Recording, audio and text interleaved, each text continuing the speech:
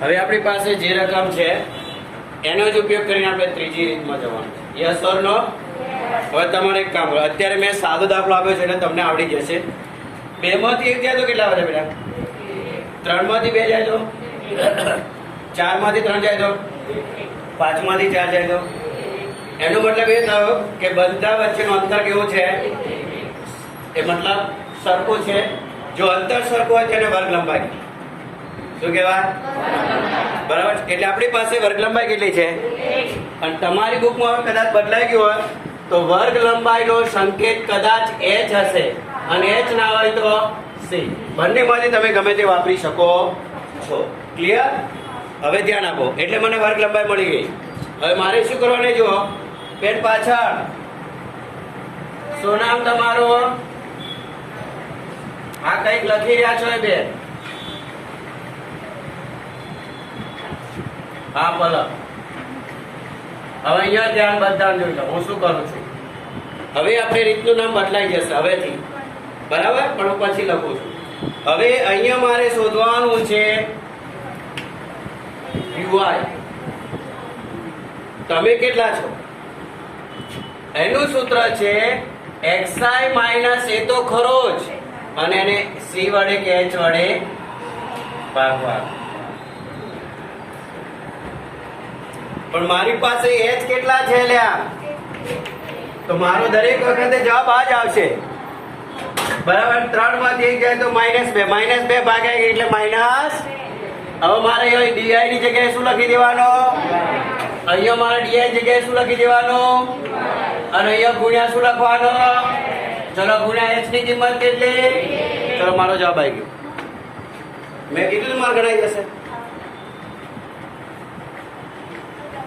બીજી નંબર કયો લખ્યો આપણે? ધારેલી. હવે ત્રીજી રીત કઈ આવશે?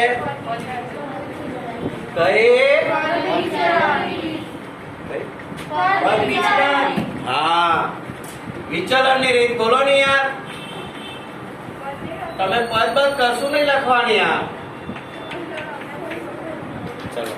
એટલે કોઈ પણ દાખલો મધ્યકમાં 3 રીતે ગણો તો જવાબ એક સરખો જ. ચલો લીખો ફટાફટ. તમારું કામ પૂરું કરો. મારું પતી ગયું.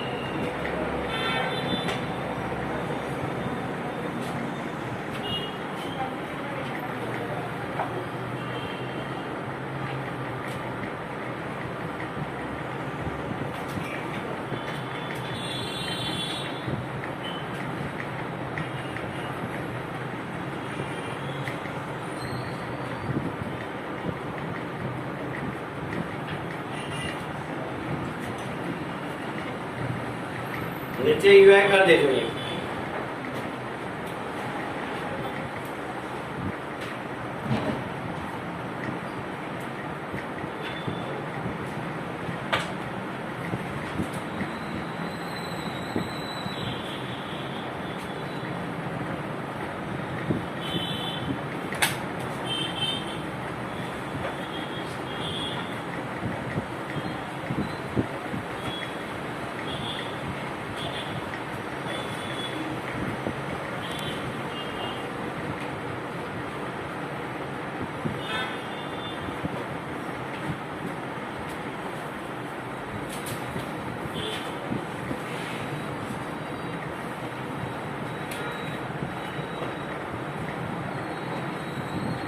આજે આપણે મધ્યક શોધ્યા 3 રીત. એમાં એક વર્ગનો ઉપયોગ કર્યો. કેટલા વર્ગનો ઉપયોગ કર્યો એ તમે લખી દો. પછી લખી દો. આ એક્સાઇમાં મેં 1 2 3 4 5 લખ્યા. બરાબર?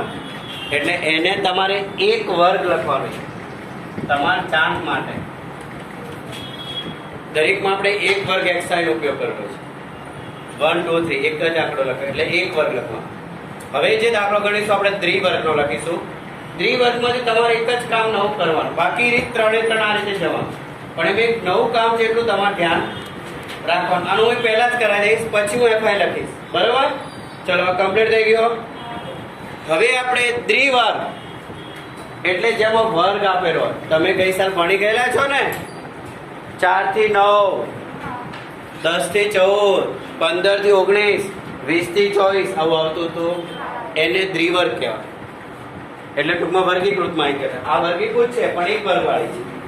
કારણ કે આ વર્ગ લંબાઈ સમાન છે. એફઆઈ આપેલો હોય વર્ગીકૃત જ હોય લગભગ. એફઆઈ વાળાને શું કહેવાનું? એવો જે દાખલો એમાં શું કરવાનું તમને શીખવાડજો. પછી હું તમને જે હોમવર્ક આવ્યું બધું આ જ રીતે જવાનું. તમારે આજે જે હોમવર્ક મળે બધું આ રીતે જ કરવાનું, બરોબર? પણ હું વર્ગ જ લખીશ અને વર્ગને આધારે તમારે હું એક વસ્તુ શીખવાડું એટલું જ કરવાનું. ઓકે? પછી દાખલા બધા ટાઈમ રીતે જ જવાનું. એટલે હવે ઉપર લખો દ્વિવર્ગની રીતથી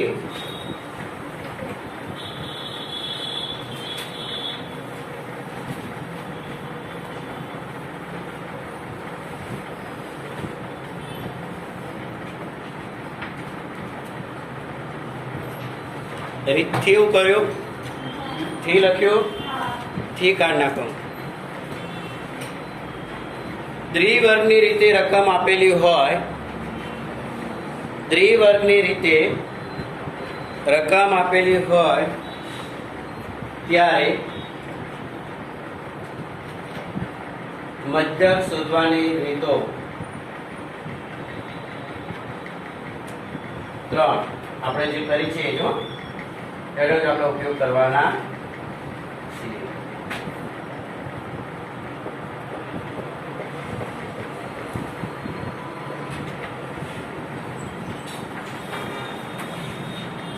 ચલો તો ફોર એક્ઝામ્પલ કરીશું પહેલા,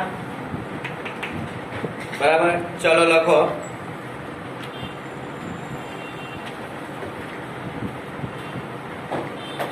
છોડની સંખ્યા. તમારા ટેક્સ્ટનો પહેલો દાખલો જ ગણો છું અને અહીંયા આ છે વર્ગ છે, હો 0 થી 2, પછી 2 થી 4, 4 થી 6, 6 થી તમારી ચોપડી બધું બંધ કરી દેવાનું. નોટ પેન છે બીજું બધું બંધ જોઈએ. 8 થી 10, 10 થી 12, 12 થી આ બહુ મોટું થઈ ગયું, નાનો દાખલો લેવાનો. હવે જો એફઆઈ પછી લખ્યો. મારે તમને એક વસ્તુ શીખવાડવી અત્યારે, હું 2 કામ અત્યારે કરીશ. જો અહીંયા ધ્યાન બધાનું લખાઈ ગયું તો ધ્યાન અહીંયા. જો પહેલું શું છે બેટા આપણી જોડે? છોડની સંખ્યા એટલે વર્ગ છે. અત્યારે એક્સાઈ નથી કર્યો આપણે, હજુ એક્સાઈ ની વાર છે. પહેલો વર્ગ કયો છે? બીજો વર્ગ કયો છે? હવે સાંભળો, જ્યારે તમે આમાં વર્ગ લંબાઈ શોધો છો, આને કઈ સીમા કહેવાય? અધઃ. અને ઉર્ધ્વ સીમા ફરી પાછી આવી, બગડો ફરી આવ્યો ને. તો જ્યારે કોઈ પણ વર્ગીકૃત માહિતીમાં ઉર્ધ્વ સીમા અધઃ સીમામાં આવતી હોય ત્યારે વર્ગ લંબાઈ શોધવા માટે એ આંકડાનો ઉપયોગ કરવો નહીં. તો અહીંયા વર્ગ લંબાઈ કેટલી થશે? 0, 1. એટલે વર્ગ લંબાઈ કેટલી થશે? ચલો 2, 3. 2 પછી કઈ સંખ્યા હોય? કારણ કે પછીનો વર્ગ તમારો 4 થી કયો છે? એટલે જ્યારે ઉર્ધ્વ સીમા ફરીથી અધઃ સીમામાં આવતી હોય ત્યારે વર્ગ લંબાઈ શોધવામાં ઉર્ધ્વ સીમા અંકનો ઉપયોગ કરવો નહીં. બેન ઉભા થઈ તમે. હા, હું જે વાક્ય બોલ્યો બોલો જલ્દી ફટાફટ બોલો. કલમ ક્યારે નહીં કરવો? ઉર્ધ્વ સીમા પછીના વર્ગમાં અધઃ સીમામાં આવતી હોય. તમને આ આંકડો અહીંયા દેખાયો, બાકી બધું ભૂલી જાવ અત્યારે, બરોબર? તો આપણે વર્ગ લંબાઈ શોધતા ત્યારે બેનો ઉપયોગ 0, 1, 2, 3, 4, 6, 7, 8, 9. Sit down. ચલો મારી વર્ગ લંબાઈ કેટલી આવી ગઈ? 2 આવી ગઈ. એચ ને બીજું નામ શું આપીશું? આને શું કહેવાય? ચલો મારું એક કામ બચી ગયું. હવે સેકન્ડ નંબર, પહેલો જે વર્ગ હોય, જો વર્ગ લંબાઈ સરખી હોય દરેક વર્ગની, તો શું કરવું? તો પહેલા વર્ગની મધ્ય કિંમત શોધો. તો એ પણ તમારા નોટમાં શોધવાનું. પછી હું કહું ત્યારે હું જેટલું બોર્ડ પર લખ્યું બધું તમારે થવું જોઈએ. છો અધૂરું નહીં લેતો. મધ્ય કિંમત બરાબર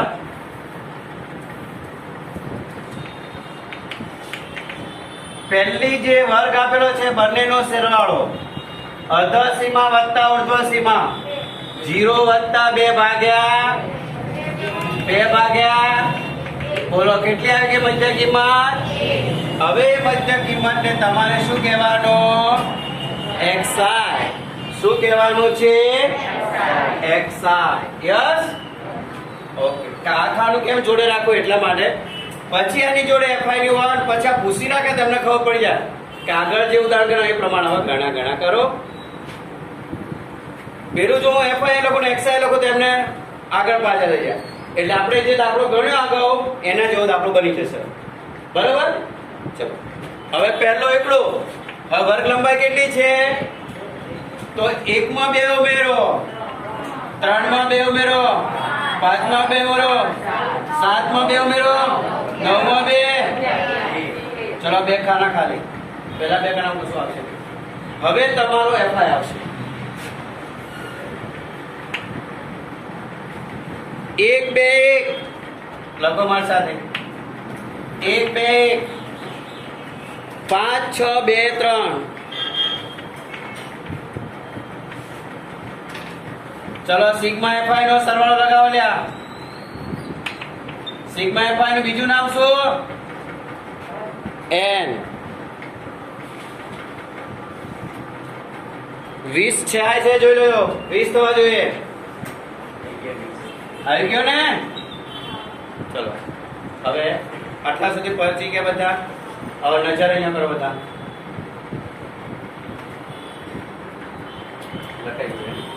થઈ ગયું ને? હવે આપણે જે આગળ ઉદાહરણ ગણ્યું બેટા એમાં મેં તમને શું આપ્યું હતું અને બીજું શું આપ્યું? તો તમને હવે આપી દીધું xi. તમને જ્યારે આવું આપેલું હોય ત્યારે પહેલા કામ બે આ કરવાના અને આ કામ કર્યા પછી તમે ચાલો હવે તમારો દાખલો ચાલો. ચલો પહેલી રીત એટલે કઈ રીતથી દાખલો ગણીશું? પહેલા सीधी રીત.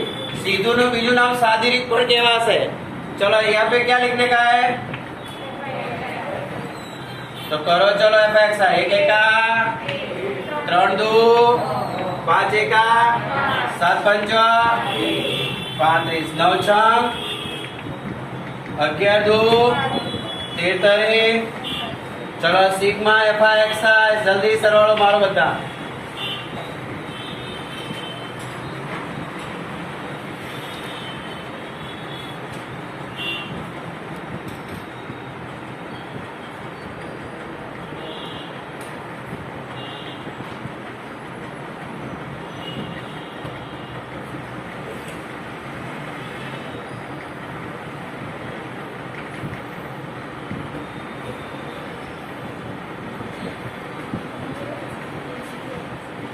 બોલો સરવાળો બેટા 62 થાય. હવે 2 3 નો સરવાળો ચેક કરો પછી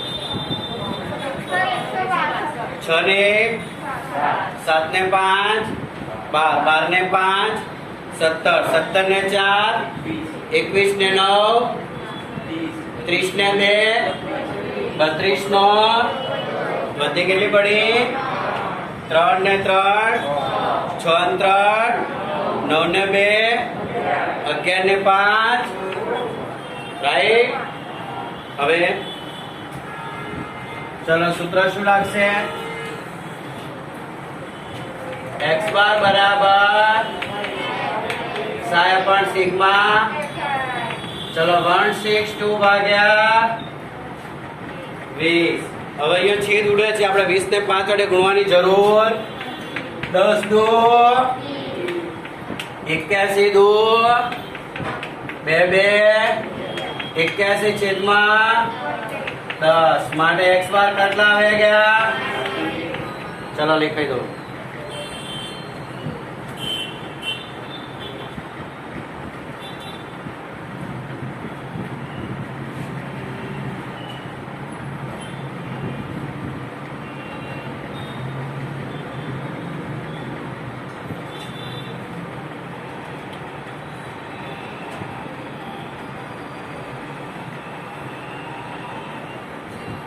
થઈ ગયો.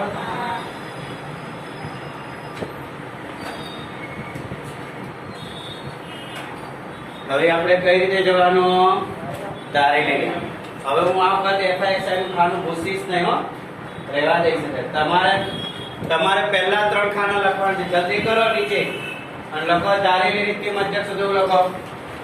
ધારેલી રીતથી મધ્યક સુધી એવું લખો અને ફટાફટ પહેલા 3 ખાના તમારી પાસે લખેલા છે, બરોબર ને?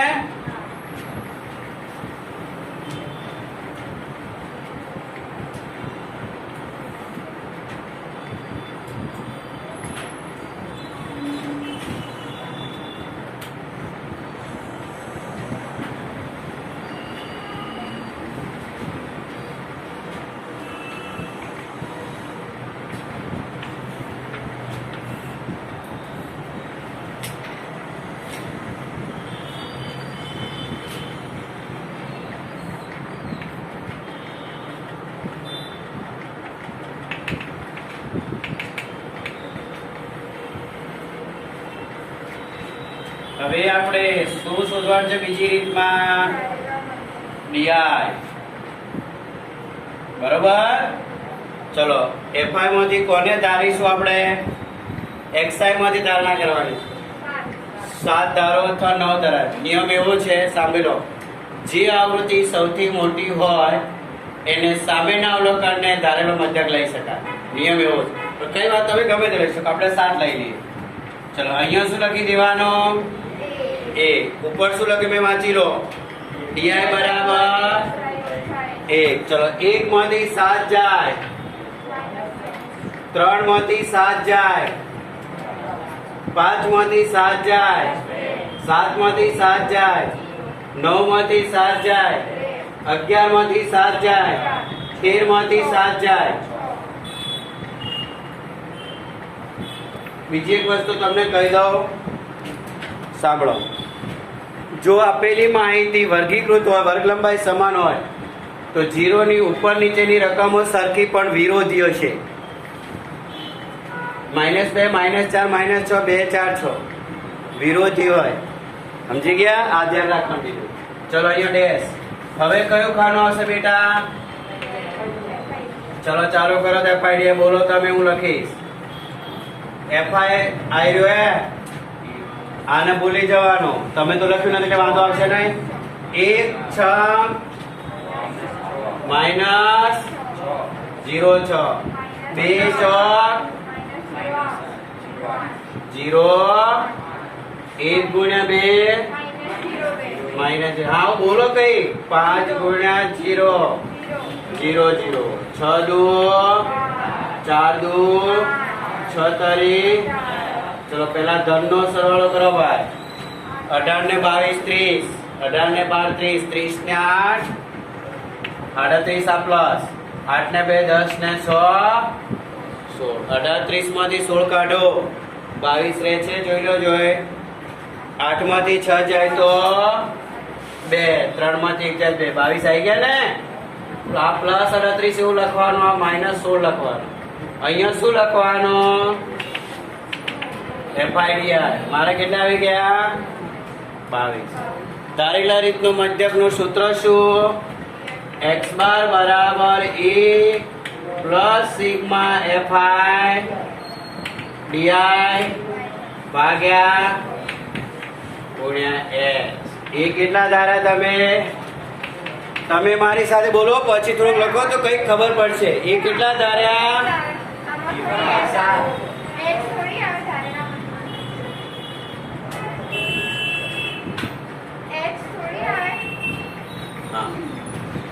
FID 7 વત્તા FID કેટલા લાવ્યા? છેદમાં 10 દુ 11 દુ. બોલો 7 વત્તા 11 છેદમાં 7 વત્તા 1 8.1. 7 પછી પોઈન્ટ છે નહીં એટલે 7.0 વત્તા 1.1 કરજો એટલે સરળ ભૂલ પડે.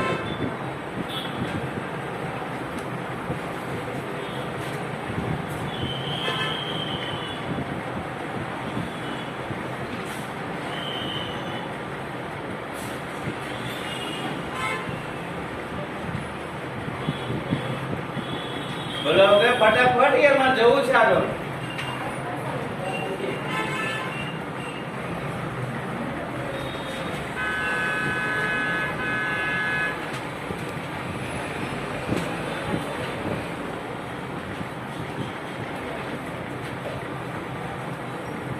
થઈ ગયો.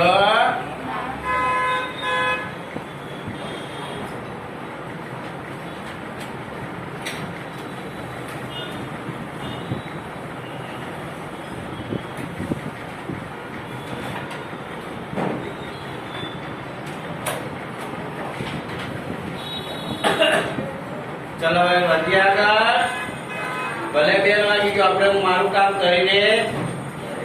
ચલો પહેલા 3 ખાના फिर से राउंड પહેલા 3 ખાના લખો. ત્યાં વિચલનની રીતથી મધ્યક શોધવો. બીજી રીતમાં શું લખ્યું તમે? ધારેલી રીત એવું લખ્યું. હવે ત્રીજી રીતમાં લખો વિચલનની રીતની પહેલા 3 ખાના જલ્દી લખો.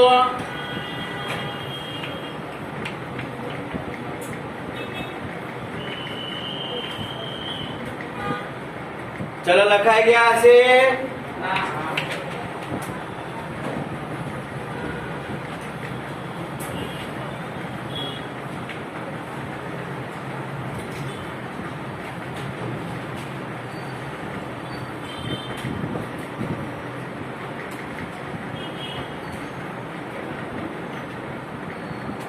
દરેક વખતે આ બે વસ્તુ કરવાની જ હો. 3 રીતમાં લખવાનું. વર્ગ લંબાઈ h બરાબર c બરાબર 2. મધ્ય કિંમત 0 વત્તા 2 ભાગ્યા 2 ભાગ્યા 2 ઉડી ગયા એટલે આ 3 રીતમાં લખવાનું. સાઈડ પર ખૂણા પર લખાઈ જવું જોઈએ 3 રીતમાં. ચલો પહેલા 3 ખાના ક્લિયર. ઓકે, હવે શું શોધવાનું છે આપણે? ui. તો નવેસરથી કરીએ ને આમાં જ.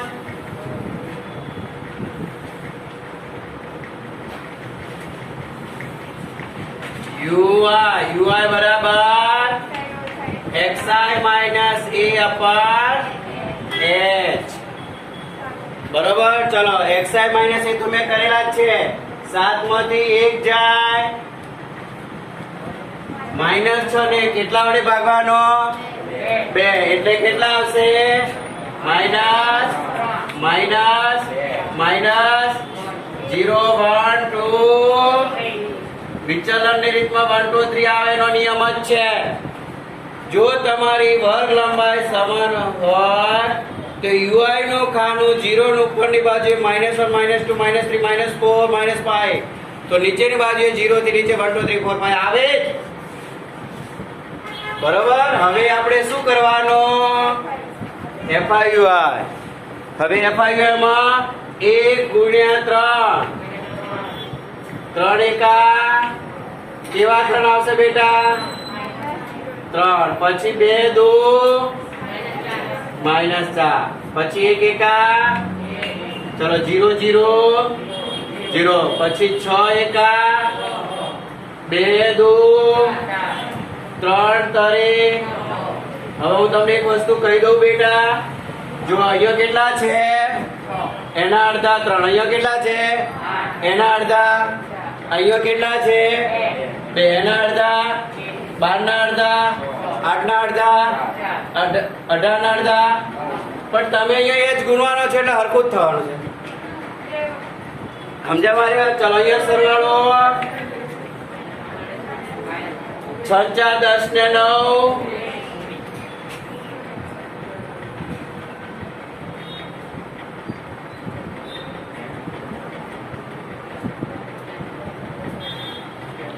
चलो 19 માંથી 8 કાઢો. પેલામાં FIUI કેટલા છે? xi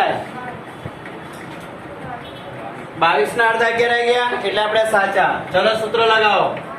x બાર બરાબર a પ્લસ સિગ્મા અપાર ગુણ્યા a એટલે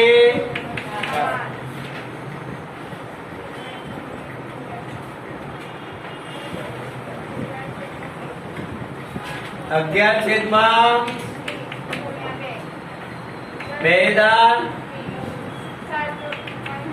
વત્તા 11/7.0 વત્તા 1.8.